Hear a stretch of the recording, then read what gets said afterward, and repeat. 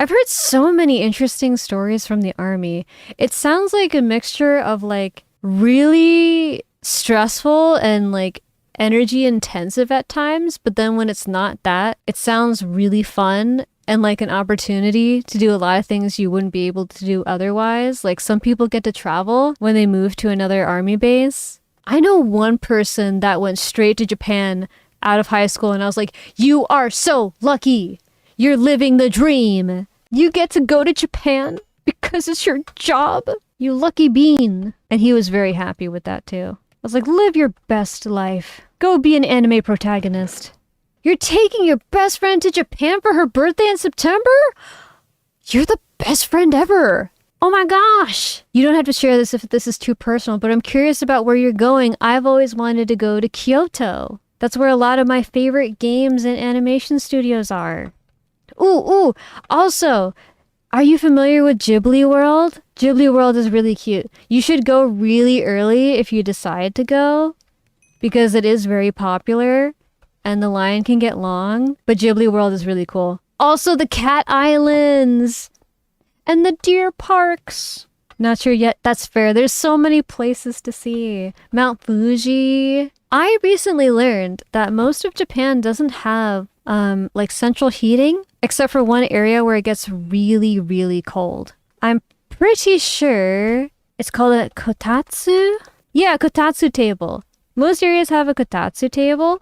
So like when it gets really cold, it's like a table with a blanket built into the bottom of it, and people just kind of like lay in it, and that's normally how they stay warm. And I was like, whoa, I didn't realize that like central heating wasn't a thing in Japan. Oh, Hokkaido. Yeah. I'm looking it up just to make sure I'm pronouncing it correctly. Yeah, with the exception of Hokkaido, homes in Japan generally lack central heating and can get very cold in the winter.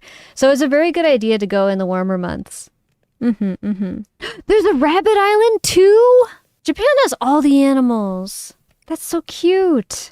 I think she wants to go to Shibuya. Ooh. The stores centered around franchises like the Godzilla store or Pokemon store are places I want to see in Japan. I could be mistaken, but I think the Pokemon Museum of Natural History is also in Japan. Pokemon Museum of Natural... Oh, Pokemon Fossil Museum. Sorry, Fossil Museum. So the Pokemon Fossil Museum...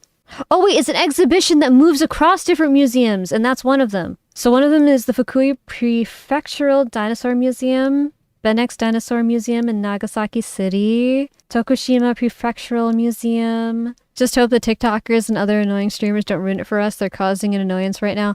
I have heard so much from Japanese natives and even Americans that have moved to Japan and in some cases permanently stayed there, how there's a lot of tension right now between Japan and over tourism, and also just people moving to Japan that aren't familiar with the culture and like disrupting the balance, but also at the same time, because of Japan's population decline for a while, it's interesting because like there's this push to try to get the population up, but like the population isn't like growing in like a native way. It's more like people coming in, and the population's still going down despite that, but it's looking like if the population will go up, it's going to be mostly like due to foreigners. So it's a really interesting kind of tug of war right now. It will be bad if they start hating foreigners. What I've heard is that it really depends on where you are in Japan. There is a strong sense of nativism in some areas, but what I've generally heard is that like some cities are more inclusive than others. Same goes for more rural areas. I get the sense that generally there's going to be more friction in city areas, but I think it really depends on where you are. And that makes sense because I feel like America's the same way. You know, like if you want diversity, you'll often go to a major city, but that doesn't mean that like every city is going to be the most inclusive place either. It really depends on the culture.